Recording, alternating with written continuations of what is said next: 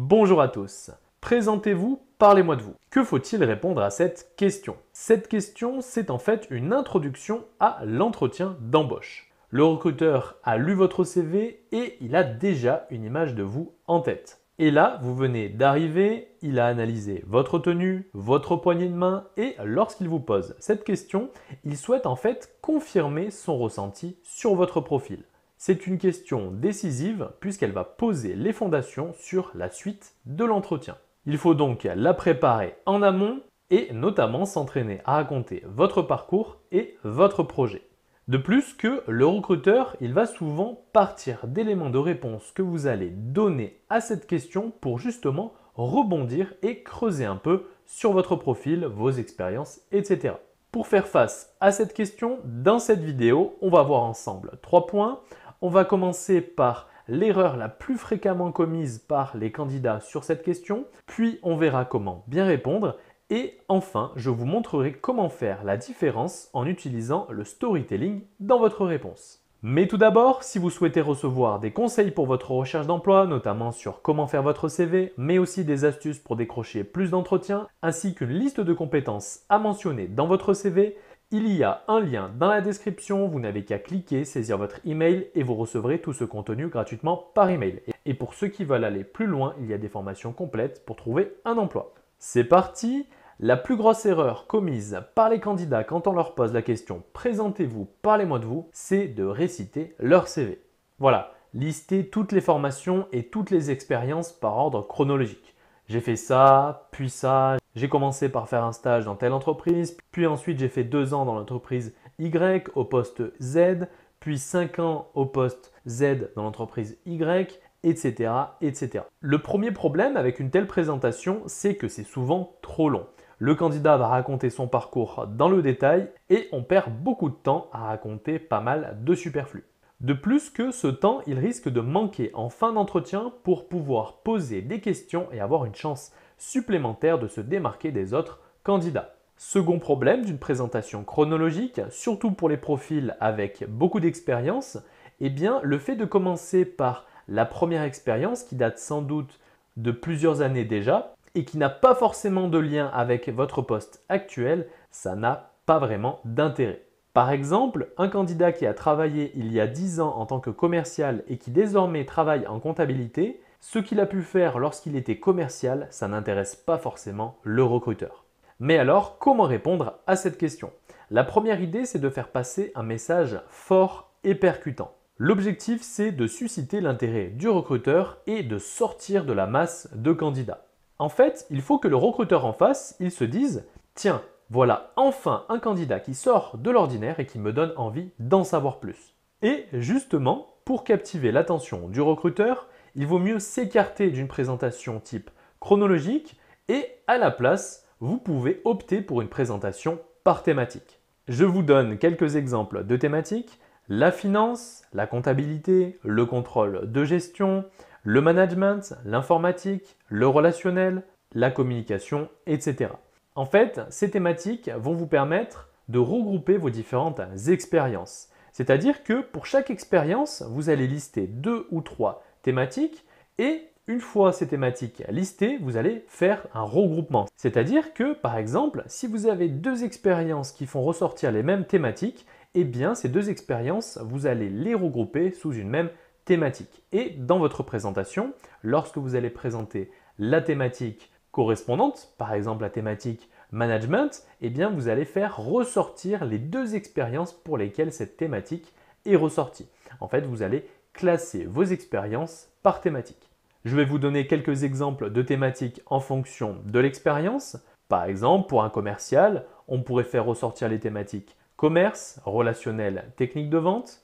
Pour un poste en marketing, communication, créativité, esprit d'analyse. Pour tout ce qui est administratif, on peut évoquer les thématiques informatiques, organisation relationnelle. Pour un développeur, langage de programmation et technique. Et par exemple, pour un responsable de production, on pourrait dégager les thématiques management, logistique et relationnel. Pour résumer, vous allez prendre le poste, vous allez regrouper différentes thématiques liées au poste et ensuite, pour chaque thématique, vous allez trouver des missions issues de votre expérience et dans lesquels vous avez réussi quelque chose. En fait, quand je parle de réussir quelque chose, ça peut être une réalisation qui a permis notamment un gain de temps, de productivité, un gain d'argent ou l'amélioration d'un process. Exemple pour un commercial, voilà, lorsque j'étais commercial pour l'entreprise Y, j'ai mis en place une nouvelle méthode pour vendre plus facilement. Résultat, j'ai pu augmenter le volume de mes ventes dès le premier mois. Ici, on pourrait faire ressortir la thématique technique de vente et l'illustrer par une réalisation qui a permis un gain d'argent, dans l'exemple, une augmentation du volume de vente. Autre exemple pour un assistant achat, eh bien, durant ma dernière expérience, il y avait un énorme volume de nouvelles références produits à saisir chaque jour dans la base de données. On regroupait toutes les données sur Excel et on devait à chaque fois rajouter des lignes, on s'y perdait un peu et ce n'était pas très sécurisé. J'ai donc décidé de créer un formulaire de saisie sur Excel pour entrer les nouvelles références produits dans la base de données. Résultat, on gagnait 30 minutes par jour au niveau de la saisie des nouvelles références produits et en plus le fichier était plus sécurisé. Ici, la thématique, c'est l'informatique, notamment le logiciel Excel, et la réussite, c'est un gain de productivité, notamment une amélioration de la vitesse de saisie. Une fois que vous avez vos 2 ou 3 thématiques, avec un exemple à chaque fois, il ne reste plus qu'à structurer votre réponse. Exemple de présentation pour un contrôleur de gestion, et bien voilà. Premier pilier, ma compétence métier, j'ai 10 années d'expérience dans le domaine, et ce dans 3 secteurs d'activité différents. J'ai un deuxième pilier technique, notamment ma maîtrise d'Excel. Et là, vous allez donner un exemple d'une mission réussie qui a demandé des compétences avancées sur Excel pour illustrer ce pilier technique. Mission qui va provenir justement des missions que vous allez lister en fonction des thématiques et que vous allez regrouper par thématique. Et enfin, j'ai un bon relationnel, je m'intègre facilement au sein d'une équipe et là encore, vous allez donner un exemple. En fait, il faut bien comprendre que durant un entretien, la majorité des candidats va se contenter de faire une présentation sous forme de listing, avec les formations, puis toutes les expériences, et tout ça dans l'ordre. Alors que justement, avec une présentation par thématique et en mettant en avant des réussites pour illustrer vos compétences, votre présentation aura bien plus d'impact qu'un simple listing fastidieux. Aussi, pour faire la différence avec les autres candidats, vous pouvez utiliser le storytelling dans votre réponse. Alors, le storytelling, c'est quoi? C'est le fait de captiver l'attention en racontant une histoire. L'objectif étant de faire ressentir une émotion. Le storytelling est d'ailleurs très utilisé en marketing pour pouvoir vendre plus. Le principe est simple. Vous partez d'un échec ou d'une frustration, puis vous montrez le cheminement qui a permis de faire face et d'obtenir des résultats. Voilà, par exemple, j'ai fait face à telle situation avec un échec, puis j'ai mis en place telle solution pour finalement aboutir à tel résultat, en l'occurrence une réussite. Je vais vous donner un exemple d'une présentation sous forme de storytelling pour un comptable. Voilà, durant mon poste en comptabilité dans la société de transport Z, il y avait 8 banques différentes pour la société, avec chaque mois des prélèvements liés à la location des camions.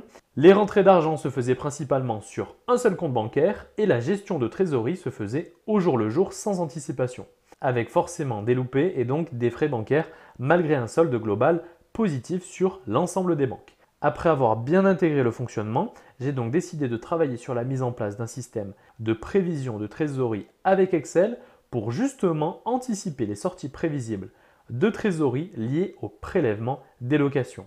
Après 2 mois de test, ma responsable m'a fait confiance et cela a permis de diminuer drastiquement les frais bancaires liés au découvert. Et depuis, ce système a été définitivement adopté. Ici, on pose le problème, gestion de la trésorerie plutôt hasardeuse, on évoque le passage à l'action, la mise en place d'un système de prévision de trésorerie sur Excel, puis on donne le résultat, diminution des frais bancaires. Donc ça, c'est les 3 piliers de base pour un bon storytelling. Et au-delà de ça, grâce à cette petite présentation, on a pu évoquer les thématiques liées à la finance avec la prévision de trésorerie et liées à vos compétences techniques, notamment à votre maîtrise d'Excel. Et la réussite, elle porte sur un gain d'argent avec la diminution des frais bancaires. Et en bonus, cette petite histoire, elle vous permet d'illustrer une qualité personnelle, à savoir l'autonomie, puisque vous avez été en mesure d'identifier un problème et de tout mettre en œuvre pour le corriger Et ce, grâce à la réalisation d'un projet seul de A à Z. En fait, avec le storytelling, on peut partir d'une situation tout à fait banale. Mais il faut lui donner vie en ancrant les événements dans le réel et en donnant des détails. Le but étant d'impliquer émotionnellement le recruteur. Donc voilà pour cette vidéo sur comment répondre à la question « Présentez-vous, parlez-moi de vous » en entretien d'embauche. Je me répète, si vous souhaitez recevoir des conseils pour votre recherche d'emploi sur comment faire votre CV, mais aussi des astuces pour décrocher plus d'entretiens ainsi qu'une liste de compétences à mentionner dans votre CV, il y a un lien dans la description, vous n'avez qu'à cliquer, saisir votre email et vous recevrez tout ce contenu gratuitement par email. Je suis Axel, créateur de jobpourmoi.fr, coach en entretien d'embauche. Je vous souhaite bon courage pour vos entretiens et je vous dis à bientôt.